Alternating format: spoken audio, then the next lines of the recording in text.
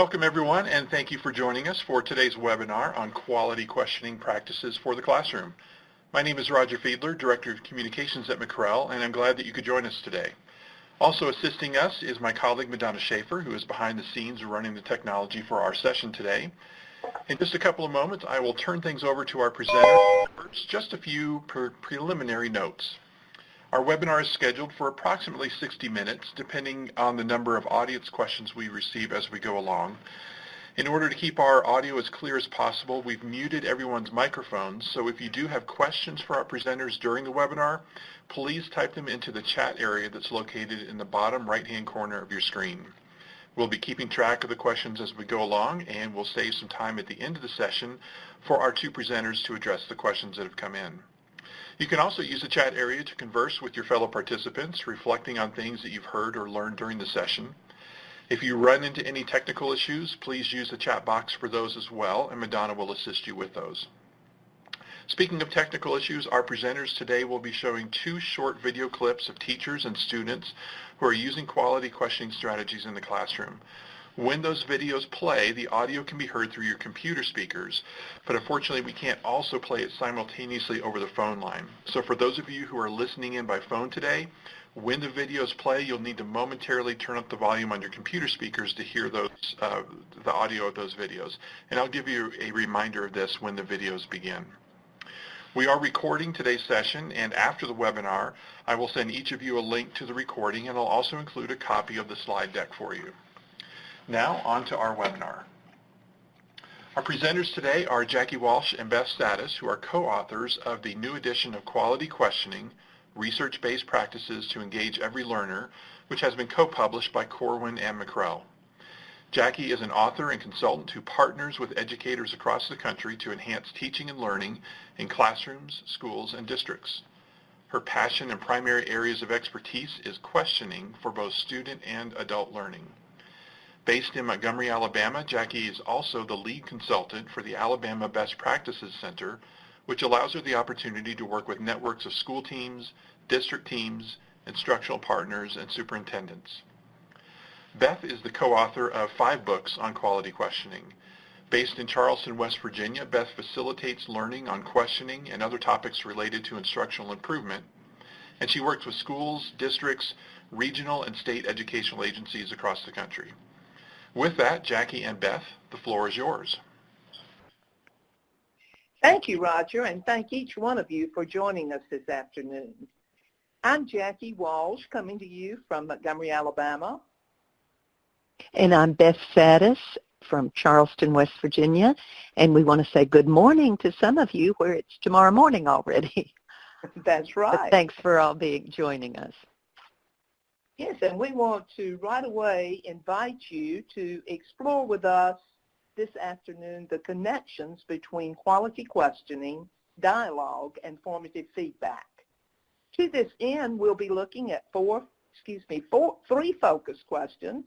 You see them on the screen, and we will begin with question number 1. How do we define quality questioning? We define questioning through what we call the 6 Ps framework that presents questioning as a process composed of 6 core practices. This framework has evolved over time through our work with teachers and students in classrooms.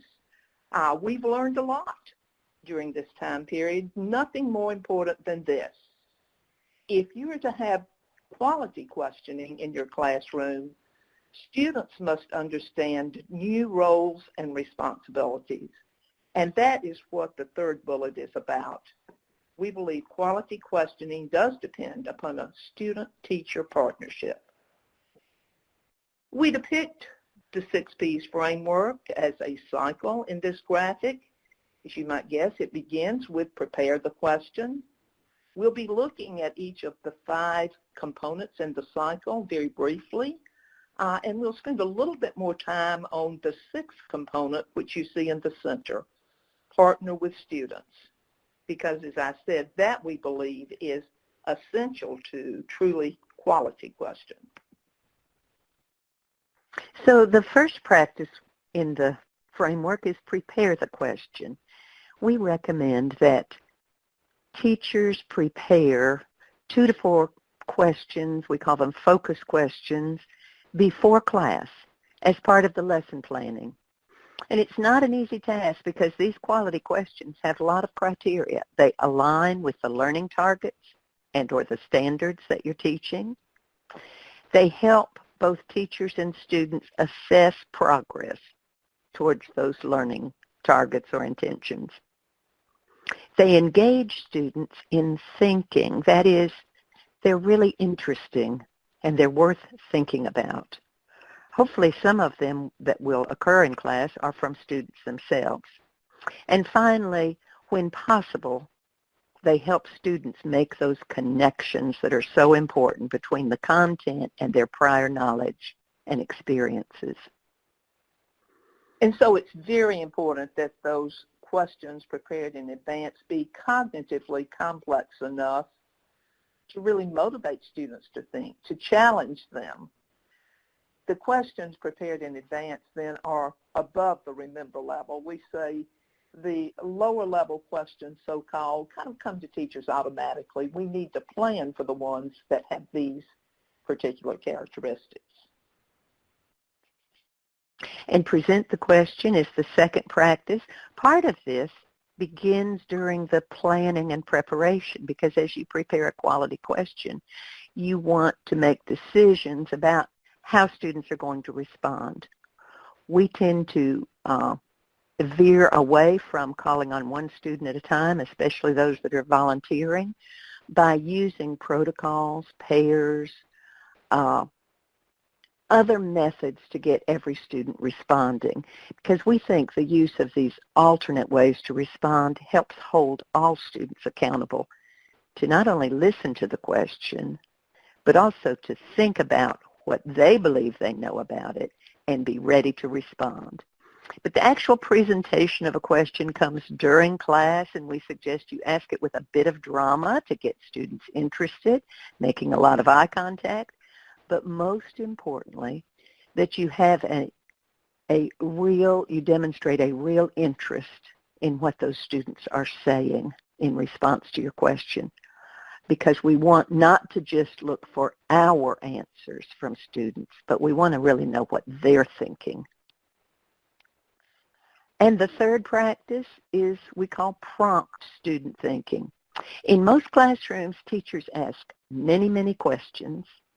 Students respond in just a few words, and the teacher immediately provides an evaluation by saying right or wrong.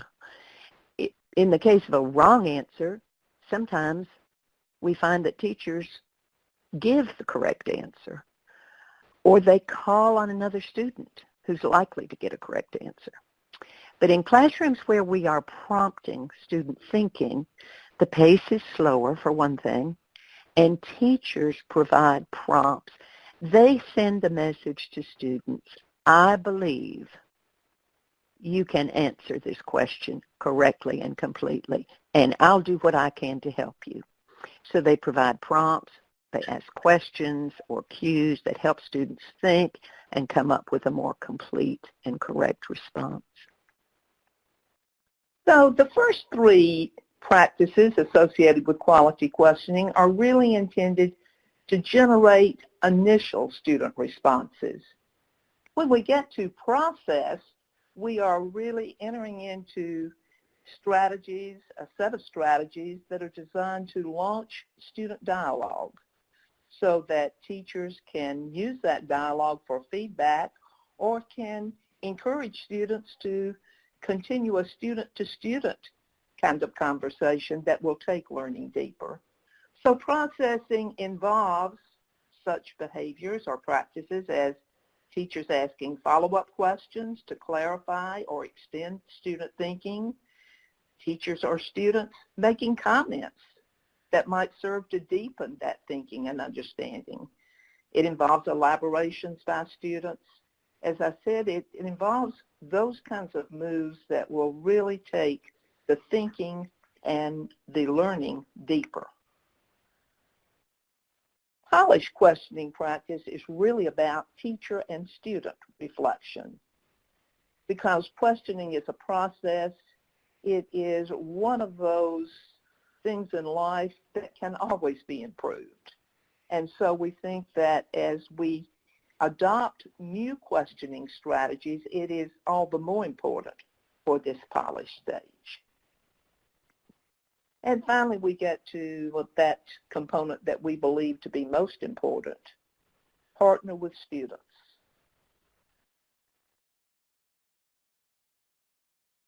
Through intentional and explicit dialogue with students, teachers can help students take greater ownership for their thinking, their speaking, their self-assessing, and their learning. To do this, they need to understand why certain questioning behaviors are asked of them, and they also need to understand new mindsets for classroom questioning. You know, students come to many of us with very ingrained behaviors and expectations, specifically around these three areas: why teachers ask questions, or why they should ask questions if they're students, what their responsibility for responding to a teacher question or participating in classroom dialogue might be. And they have certain ideas about what the pace in a classroom should be that kind of interfere with their use of think times. So we want to take some time for kind of a deep dive into these three new mindsets that we associate with quality questioning. So the first one related to why do we ask questions in class anyway? The subtitle you can see is we want to move from a focus on right answers to a focus on learning. We want to ask, do you or do we as teachers ask questions to get our answers on the floor with one right answer in mind? And of course, when we're asking recall questions, there probably is one appropriate response. But in the deeper thinking kinds of questions that we hope all of us ask, students need to know we're not looking for our answer. We want to know what they think. We're going to ask you to answer our first poll. Madonna, will you launch it? And it's asking you, how would your students answer this question? Why do teachers ask questions in class? So please just all participate by answering quickly.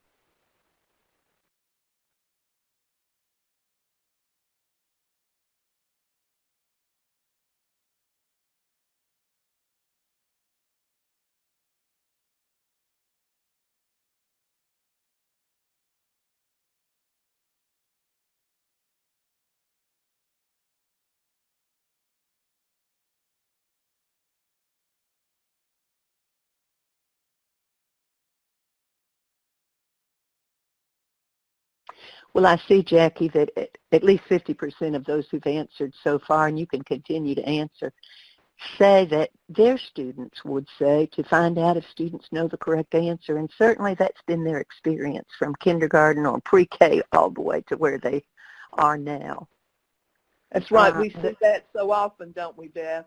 It's interesting. Today, the lowest percentage is to find out if students are paying attention. You know, sometimes when we work with high school teachers, that is the number one choice. Yeah. Mm-hmm.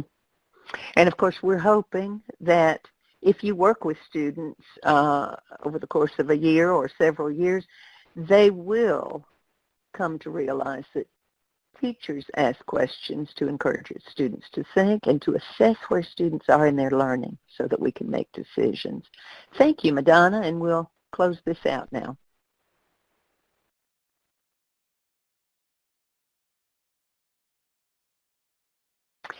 We have a suggestion of 3 expectations to help students better understand why questions are asked in class. The first one, questions are to support learning, not just to get the right answers. The second part of this I really think is so important. Be prepared to learn from both correct responses and incorrect responses. We're trying to help students know, don't be afraid to say what you think. If it's wrong, we'll all be able to learn something from it. But we have to act in regards to that and honor all responses. You know, the second one goes back to that present issue. Listen to all questions and prepare to respond. And the third one, we really want to stress that it's not just teachers asking questions, but please, students will ask questions in this class when they are confused or curious.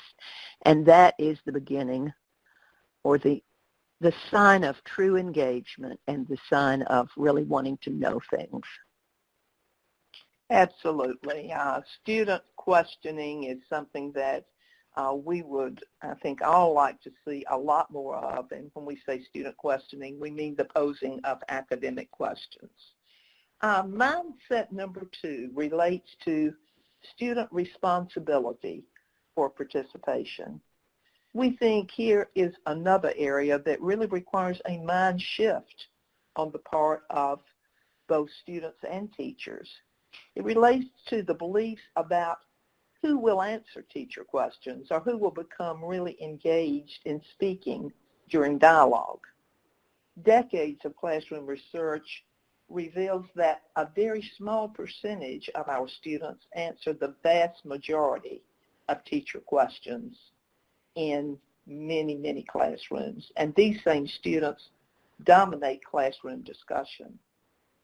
We want you to reflect on the behaviors in this area of students with whom you work or with whom you are familiar. And so we invite you again to reflect and to respond to our second poll question. Thank you, Madonna. So if you will indicate now which of the following best describes your low-achieving students' usual responses to teacher questions.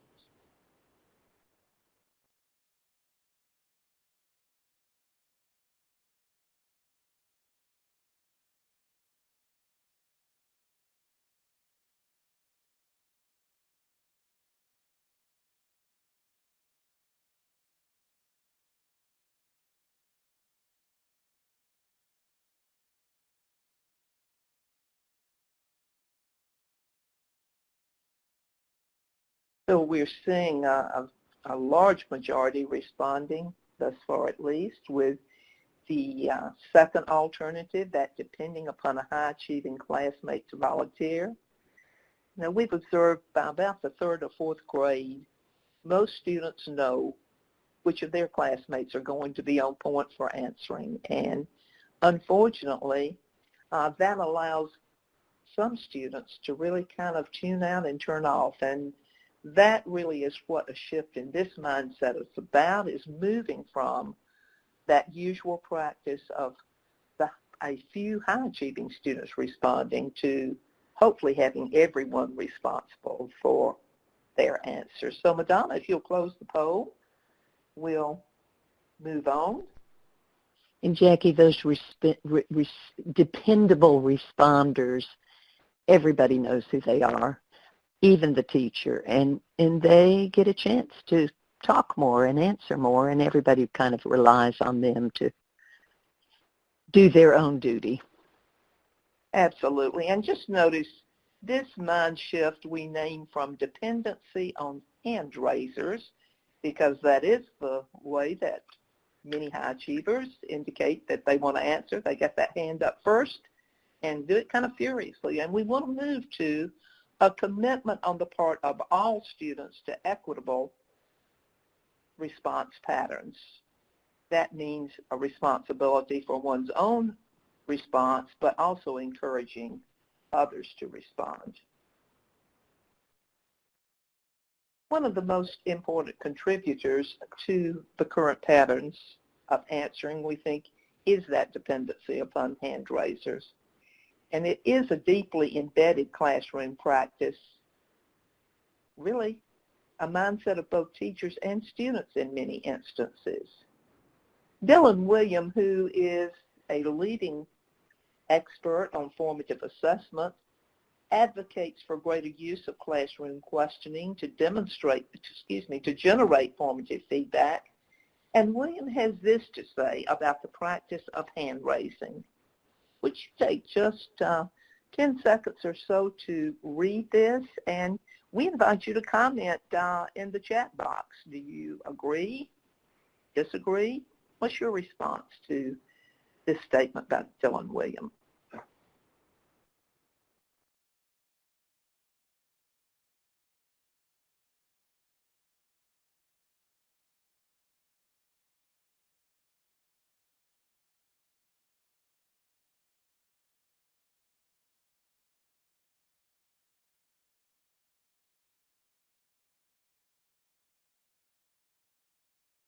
I'll have to confess that when I first read this statement, I was taken aback. I had really never thought of this particular consequence of allowing only those who raise their hands to respond. I guess it does kind of go along with the old adage of, those who do the speaking do the learning. So we won't. And we read too, Jackie, about the consequence to ADHD students. If there's somebody in front of them waving their hand madly, they are literally unable to focus on the question. They're so distracted by that movement. And so it is in everybody's best interest not to raise hands. Yeah, that's right, Beth. It was, I think, Judy Willis, the neurologist and middle school teacher, who shared that finding. So it is important to set expectations for participation by all. And Beth, you want to run through these? Yeah, we have 5 expectations here. And I will say some teachers just can't buy this no hand-raising business to answer questions. And that's, it's not a program. These are just recommendations and ideas to think about. But the first I want to add, some students can't either, and I'm reminded of a video in our book of the young students, 5th graders, talking about the difficulty in keeping that hand from automatically going up. Yeah. Automatic, yeah. So this is what we want students to be expected. We want them all to be prepared to respond to all questions. And many teachers would say, well, they're not all going to be prepared, but if you select a response format, they are more likely to listen to that question and be accountable to form a response and then be willing to give it, even if it's in a think, pair, share mode. They can't sit back and not think about it. They're going to be called on to respond. I love this second one. It's just a switcheroo on us. Raise your hand when you have a question to ask, but not to volunteer to answer. And I will say, Jackie, maybe except for think time too, this is the hardest thing. It's a hard habit to break. I know I work with adults in professional development and in Sunday school and whatever, and you ask a question, everybody just raises their hand. We have it as a culture, at least in this country. And we want to encourage the asking of questions. So if they get to raise their hand and talk, maybe they'll form some questions. And then this one is so important. If you can't answer a question, you can pass. But just know that you will be called on later to respond. No opting out. The last 2 expectations really relate, well, all of them do, I guess, to students taking ownership. As they're participating in a whole class, they need to know we want to hear everybody's voice in class. But we don't want to hear 1 or 2 people monopolizing the dialogue. So monitor yourselves and be sure to contribute, but not too much. And 5thly, it shouldn't be the teacher always saying, well, calling on Jackie, we haven't heard from you. So we're giving that to the students too. If you haven't heard a classmate speak or pose a question, pose a question to encourage their participation. And we give a couple of examples here. This is a great one to use and get in use in the classroom. The third mindset refers to think times. That is, to student understanding of what to do with think times. Think time is the term we use for what you may be calling wait time. We call it think time because it's our view that those pauses are really intended for student thinking. Whatever name you know it by, we've learned that teachers cannot successfully use the think times unless students understand why. Why the pauses? What are they to do with that silence? If they don't know, they oftentimes call them those awkward silences. So in this mindset, we hope to help teachers help students better understand the reasons for the think times. So just to review, I'm sure that all of you have heard of wait time 1, if not think time 1, and it is that length of time, optimally, or I should say minimally, 3 to 5 seconds after a question is posed by either a teacher or a student before anyone speaks. Or if it's a teacher question, before the teacher indicates how to respond or who is to respond. I said minimally because some students really require more than 3 to 5 seconds, don't they, Beth? Yes, I think in the case of English language learners, for example, they have to take a question and translate it into their maybe home language. And the same with forming the answer, they might have to translate it back into English. And we know, too, that Native Americans need maybe 7 to 9 seconds because their culture really moves much more slowly than the Western European culture that many of us live in or come from. Yeah, one of the real challenges of changing our view of think times has to do with, the pace of our culture. And so we need to be intentional in helping students understand why the pause. We found that one way to do this is through sharing this graphic with students, which presents responding as a process, not as just an event where you know the answer or not right now.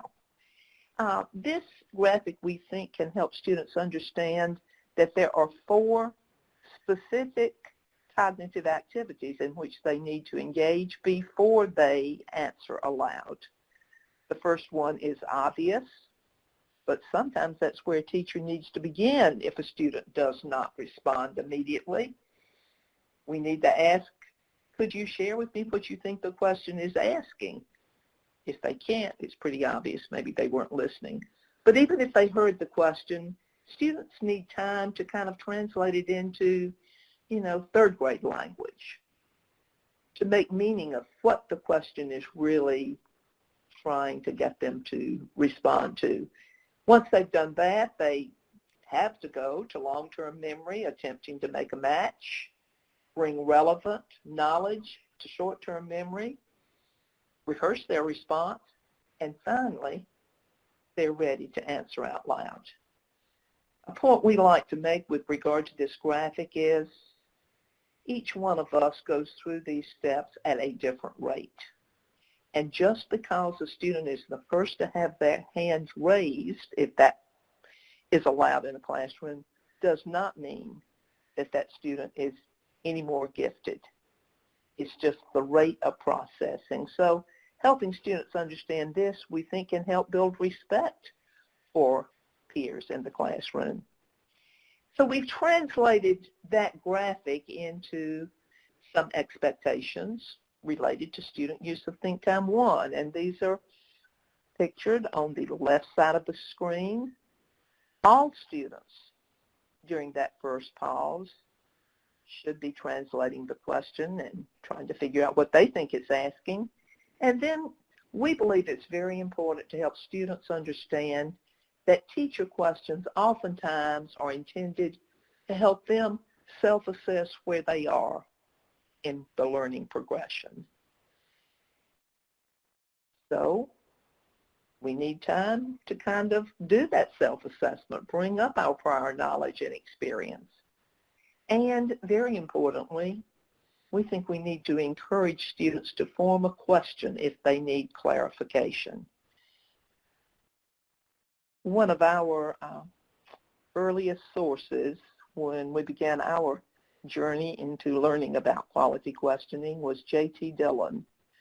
And J.T. Dillon, professor emeritus for a long time at the University of Washington, made this statement: if you can ask a question, you already have 2/3 of the answer. That can help alleviate student concerns about questions being stupid things to do. Well, these are the expectations. On the right side of this slide, you see some of the specific activities in which a teacher might engage in this effort to partner with students to help them really accept these expectations. Being explicit, using think-alouds to model, providing time, very importantly, providing time for student reflection and discussion, and then periodically taking time during class for the students to reflect on, how's it going? How are we doing with this Think Time 1? Remember, that's part of polish. You know, before we leave this slide, I do want to say that there are real connections between these three mindsets.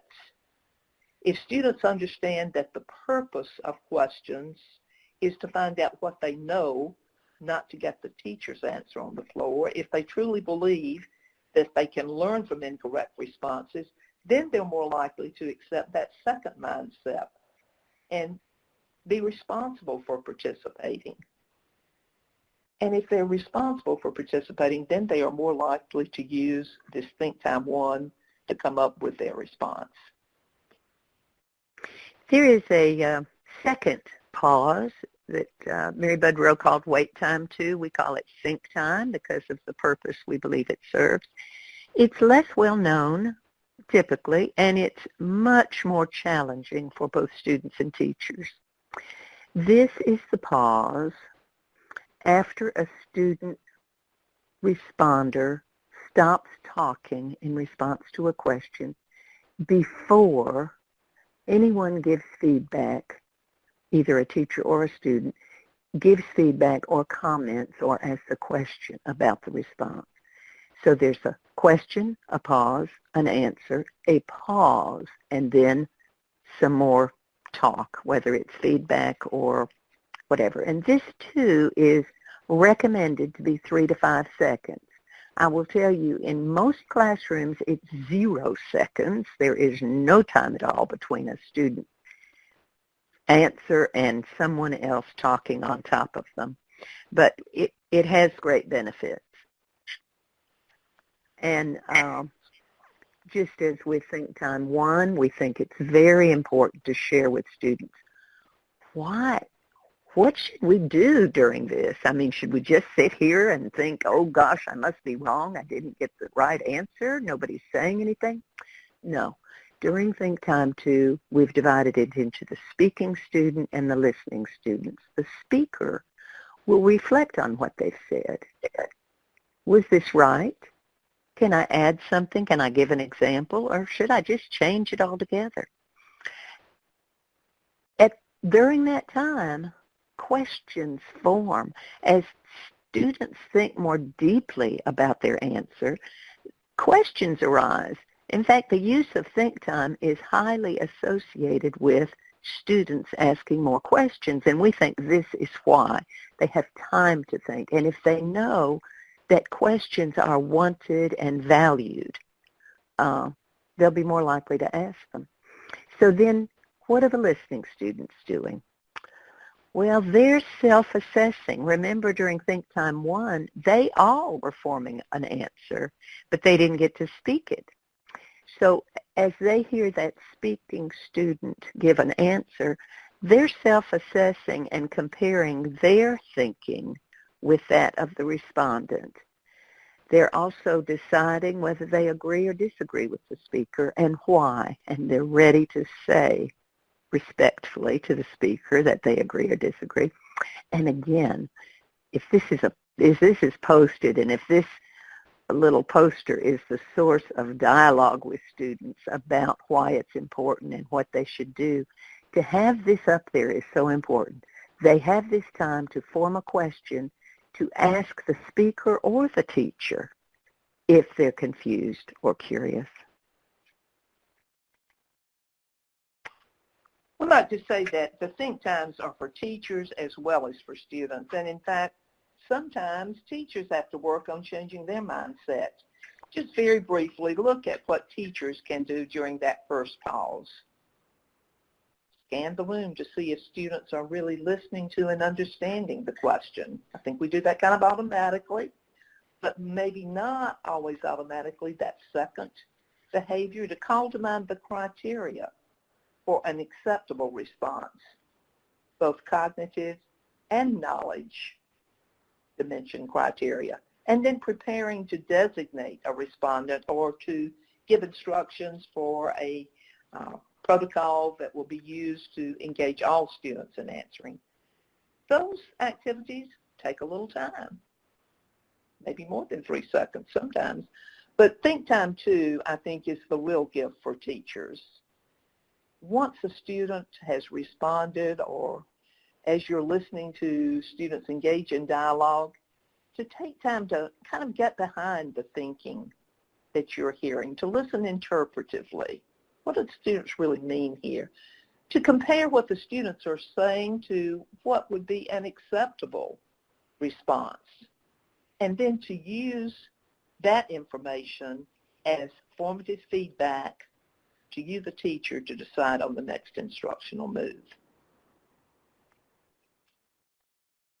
We've looked at the 6 core practices associated with quality questioning at 3 big mind shifts that we think need to occur for questioning to be truly quality. So now we want to move to our second and third questions of the afternoon, looking at relationships between and among these 3 very powerful instructional practices.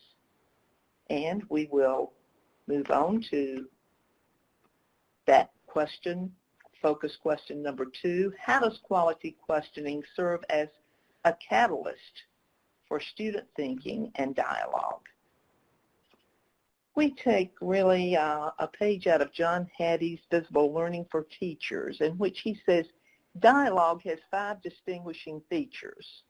We've taken these 5 features and related them to quality questioning. And I hope as I run through these quickly, you'll remember some of what we have shared to this point about questions and questioning strategies. First, Hattie says dialogue is purposeful. Student talk and dialogue is aligned to learning intentions. It's moving them forward in their learning. We believe this happens really only when the question that drives dialogue has been formulated by reference to that learning standard, those learning intentions, and is designed to meet students where they are in that sweet spot or zone of proximal development. Secondly, and Jackie, excuse me, but they might want to write these 5 features on a piece of paper, because we're going to ask them to compare it to a video we're watching soon. Okay, yeah, would you do that? That'd be great. Second feature is that dialogue is collective.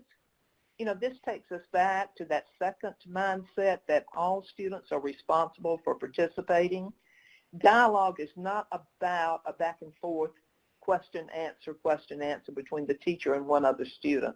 It's about all students listening, speaking, adding to one another to the point that they are really enhancing one another's understanding. We say that dialogue is really a team sport, more like volleyball than ping pong. Related to that is the fact that dialogue is reciprocal.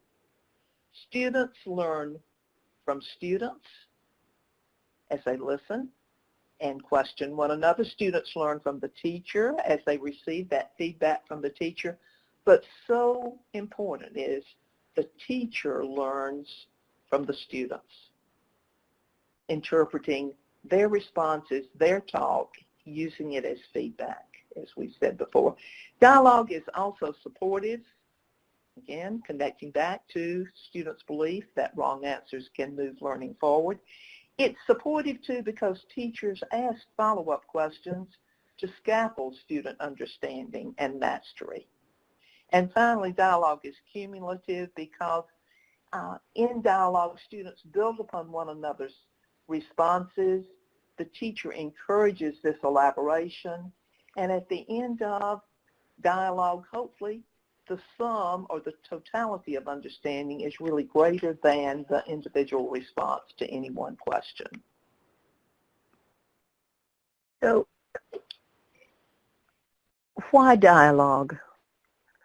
You know, John Hattie and many, many other people who have done research confirm that dialogue is not what's heard most commonly in classrooms. In fact, we're going to present some data from John in the next poll question, and we're going to ask you to reflect, is this typical of your class or your school or your district?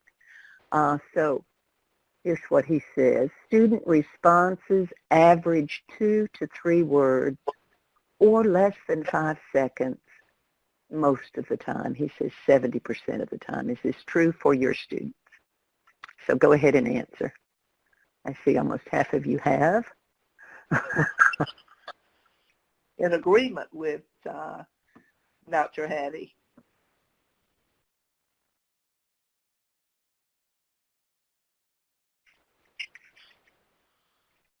You know, Beth, sometimes we find that teachers don't really believe this until they videotape that class. And the data confirm what they really didn't want to believe.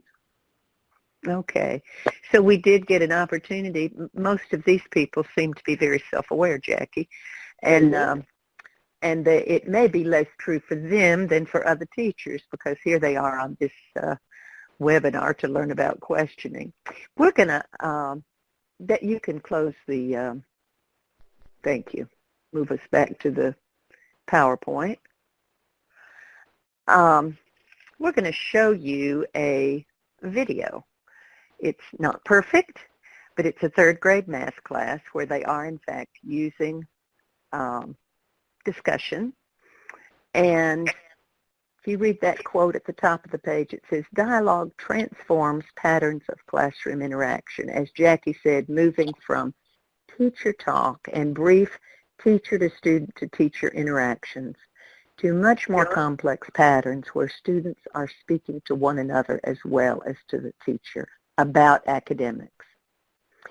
So we're going to ask you as you watch this video, and we're going to cut it to a few minutes, but take note of these 5 features that Roger has put in the chat room if you didn't write them down: collective, reciprocal, purposeful, supportive, and cumulative. Do you see examples of any of those features in this video? Be aware of how long her students' responses are, and take note if you see any use of think times 1 or 2 and how that might be helping. So that's a lot to ask you to do, but Roger, or Madonna rather, would you begin the video for us? And you might just look at one of those questions Beth posed as you view the video. You guys have had that time to think. Now we're going to listen and learn from each other. All right? Remember, we want to give that eye contact and look at our friends and listen to what they're saying first and then add on. Think about, how are polygons and quadrilaterals the same? Quadrilaterals, We're going to think first. So everybody jot down some thoughts and then we're going to move.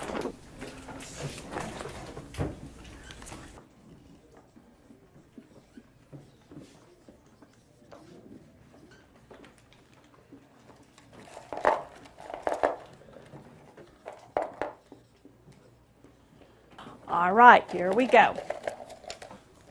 Connor, will you start our discussion today, Connor? one of my notes were, they both have shapes and for a group. They both have shapes. Connor. I respectfully agree with you. And I put because quadrilaterals are polygons because they're a multi-sided closed shape, and some polygons are quadrilaterals because they have 4 sides. I respectfully agree with you. Another way, they're also closed shapes. You can't forget that they're closed shapes. I agree with you for the most part, but Tristan, you said that polygons can be 4 sides or more when they can be 3 sides or more. So could we summarize? Who could give me that summary sentence on polygons and quadrilaterals? Callie? I'm not so sure if I can think of one, so I think that I'm going to phone a friend. What friend's going to answer the phone? Someone answer Callie. Callie, a summary is like a quadrilateral. How are quadrilaterals and polygons alike? That was the question. So if the summary was, I'm going to say the summary for it. The quadrilaterals are kind of like polygons because quadrilaterals are polygons because polygons are more than 3-sided. And then for the other question, which are polygons all quadrilaterals? No, because quadrilaterals are 4-sided and polygons are multi-sided. There's your summary.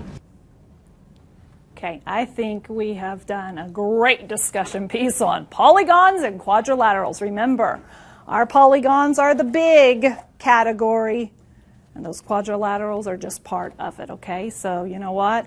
Round of applause for everybody. Good job, good job. Erase, erase, erase. Okay, and we could come back to the, thank you, the slide. Well, that's not your average everyday third grade math class, is it? We'd love to have a discussion with you about what was happening in that room. This was probably important to say, Jackie, this was the end of the year. She had worked with this class all year. It was in May. Anyway, it was the last week of class, I think, actually. So it was a review. They had really already learned the content they were then analyzing. She makes the point that they did not come to her at the beginning of the year being able to do this, but with practice and with time and with expectations and modeling, they were able to achieve this. We show this, and some teachers say, well, I'm a math teacher, and we have a lot of standards we have to meet. I don't have time for this kind of thing. First, I have to teach them how to do it, and then I have to save time for discussing like this. We wanted to share with you John Hattie's findings about the value of dialogue. He says student gains when classrooms use dialogue. Student achievement gains are more than twice as great as what we might expect otherwise. If you're familiar with his effect size, you know 0.4 is 1. If you use this strategy, you'll get 1 year of growth. His conclusion that classrooms are dominated by teacher talk, and his belief is that the proportion of talk to listening needs to change to far less talk by the teacher and much more listening. So, Jackie, I'm going to switch the slide for you. That's right, and it's through listening that teachers are able to use student talk as formative feedback to self, to make those decisions about what next in instruction. We turn again to Dylan William, who we think has a very pithy quote here, that there are only 2 good reasons to ask questions in class: to cause thinking or to provide the teacher information about what to do next. You know, I think about that quote, I can imagine no better acid test of a quality question than that one. So we want to kind of share with you our view or reinforce our view that student oral responses are one of the greatest potential sources for feedback to teachers that we can imagine, and show you what we believe to be the relationship between quality questioning, dialogue, and formative feedback. So you will see at the upper right corner, the dialogue might begin with the posing of a quality question by the teacher. Students who have this new mindset would be using the question to self-assess prior to sharing orally. The oral response from a student or students engaged in dialogue would give listening students and the teacher feedback about where that student is. Students who are listening can compare their understanding to that of the speaking student. As the teacher processes... And we saw that happen in the video, Jackie, as they were agreeing and disagreeing and adding on. And comfortable to do that. Well, the student response is then interpreted by the teacher's feedback, gives the teacher an opportunity to then provide feedback to the students or to pose a question to take student thinking and speaking even deeper. And we want to show a video now. It's very short. That's kind of an example of this cycle. Again, it's not perfect. It's a very short clip out of a much longer lesson, as was Adria's. This is 5th grade, and again, it's math. And we're thinking you might want to think about how Dennis is using dialogue and quality questioning to get feedback from students, and how's he using this feedback to make decisions about his next steps. Let me just set the stage here. He has given each student the same problem, and it is about ratios. And they've worked in pairs, and their first job was to generate questions that would help them solve this problem. And then they moved from pairs, they joined another pair, and so there were groups of 4. They compared their work to date, and they went on with what questions do we need to answer. And the teacher, you'll see him walking around. And I think, Madonna, if you'd start the video, they can see it.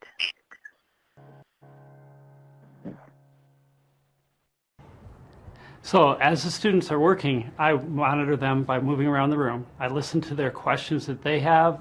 I ask them questions. It's kind of my way to check to see where they are, just a quick assessment, and it allows me to adjust my instruction. Let me ask you a question because you seem a little stuck. How many units do they start with total? 8. Does the actual number of units shift in this problem? Does it change? So if I see there's a point like I did in this lesson where the groups were all stuck, they were close but they were off just a little bit, then I was able to go to the board and fill in just a small piece that allowed them then to move forward, to let their light bulbs turn on and catch that piece they were missing. What would twice more look like in a ratio? Think about that. Draw a picture of what twice more looks like. It's just really an important part for me to just stay aware of what they're doing in the classroom or while they're working, to listen for their comments, to ask them the questions that might move them forward. To me, I learn more about that and their ability than sometimes when I give them a paper and pencil test.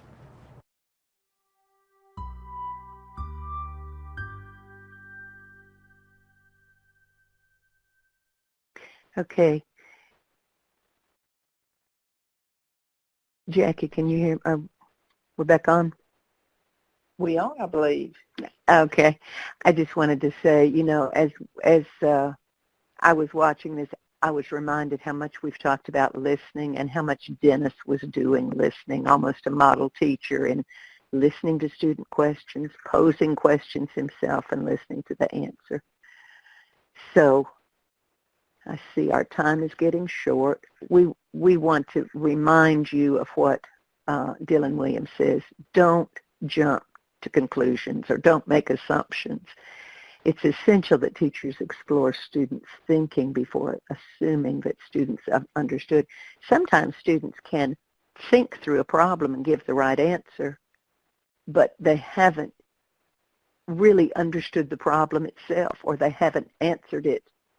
They came up with the right answer, but not a way that really makes sense. So you have to be sure to ask, what makes you say that, or how did you get that answer, in order to understand what they know and don't know. That's right. I was going to say sometimes students are just good memorizers, as I was, and don't really have understanding of a scientific concept. So this really is kind of a summary of questioning as formative feedback generated by dialogue. You'll see a lot of alignment between these features and the features of questioning for dialogue that we shared earlier. But to use questioning to generate formative feedback, our questions need to focus student attention on content related to standards. The questions need to be strategic. We recommend planning a series of questions that will address student understanding at given points on the learning progression, where they are need to master one concept or skill in order to move forward. Those questions are strategic. Actually, Dylan William calls them hinge questions. You can imagine why.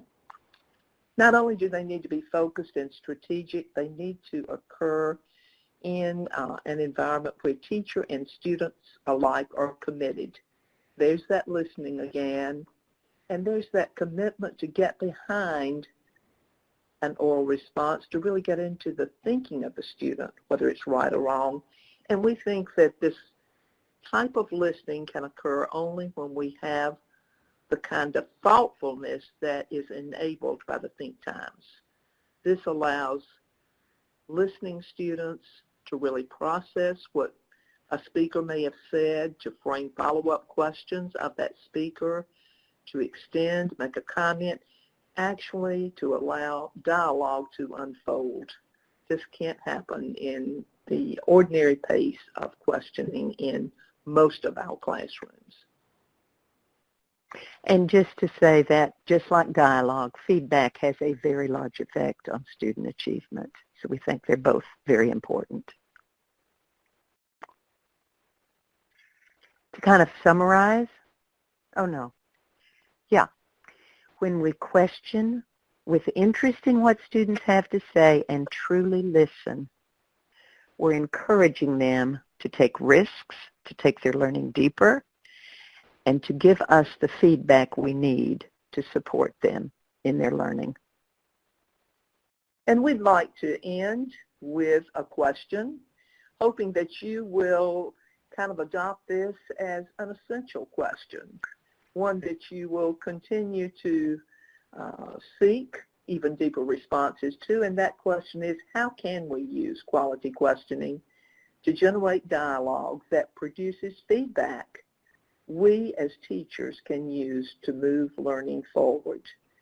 Beth and I are continuing our journey to better understand that, and we invite you to join us in that journey. We'd like to hear from you. I think at the end of the slide presentation, you have some contact information for us, but right now we'd like to take some time to answer any questions that may have emerged along the way. So Roger, we'll hand the mic back to you for that purpose. Jackie and Beth, thank you for the presentation. We will take a few minutes now to answer some of the questions that are coming in through the chat box. I know we're almost at the top of the hour, but we'll extend for a few more minutes, and I hope that all of you who are attending, you can hang in there with us for just a few more minutes beyond our scheduled stop time, and we can answer some of the questions. I'm looking through the chat box. See, we've had some great conversation and dialogue, but it doesn't look like we've got any questions here at the moment. What I will do is maybe put your contact information up for everyone. Great. That if you'd like to stay in touch with Jackie and Beth, here's their contact information for both email and Twitter. I know they'd love to hear from you and would welcome an ongoing dialogue as you begin to think about quality questioning in your classrooms wherever you are. Yeah, I think that we'd like to say to everyone who joined us, Roger, thank you so much for your engagement. We can tell from the chat box that you have been engaged, and we do invite you to email us later if you have a question. And I'll also offer that if any of you all would like to dive more deeply into the topic of quality questioning in the classroom and get more tips and ideas that you can use, please do consider getting a copy of Jackie and Beth's book. If you go to the Corwin website and purchase it there as a thank you for attending the webinar today, there's a discount code that we're displaying now on the screen that you can use on the website to receive a 20% discount off the purchase price of that book.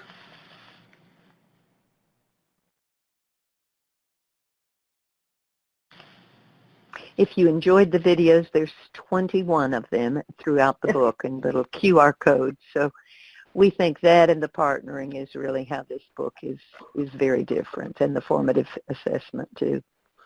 Roger, I see a question has emerged from Mary.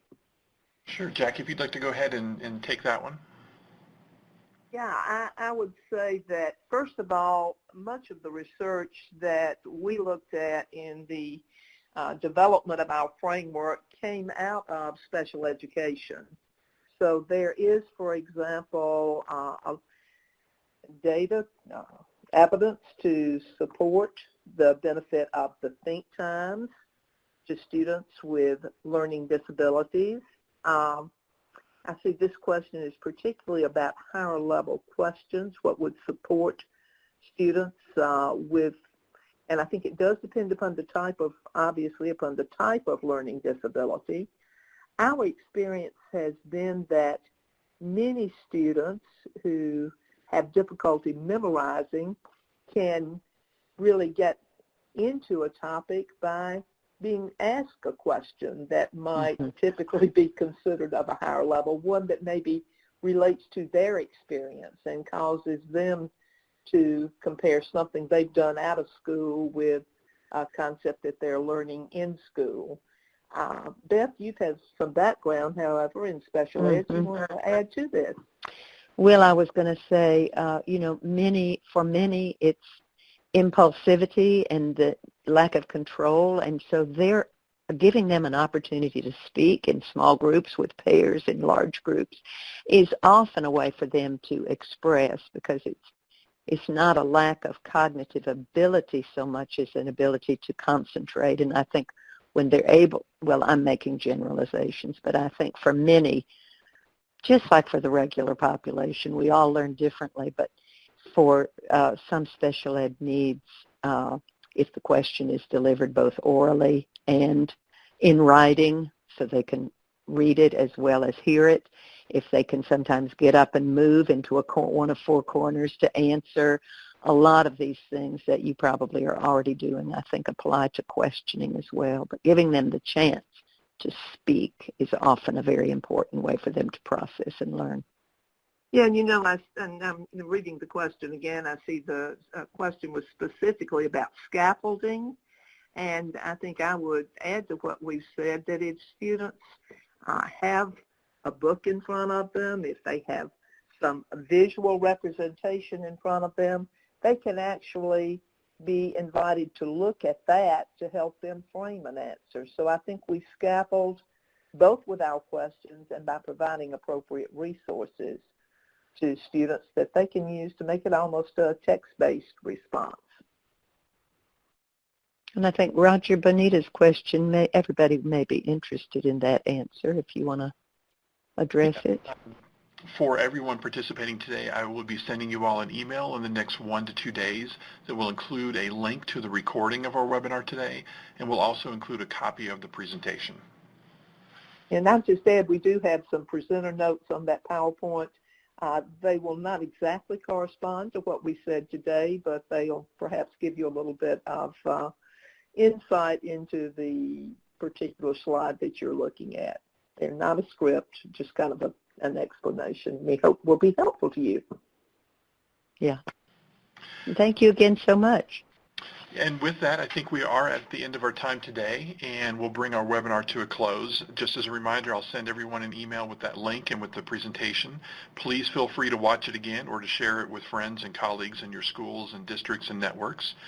Again, thank you for joining us today. Jackie and Beth, thank you for the presentation, and we will draw our webinar to a close. Okay. Thanks for the opportunity, Roger. Good afternoon. Thank you all.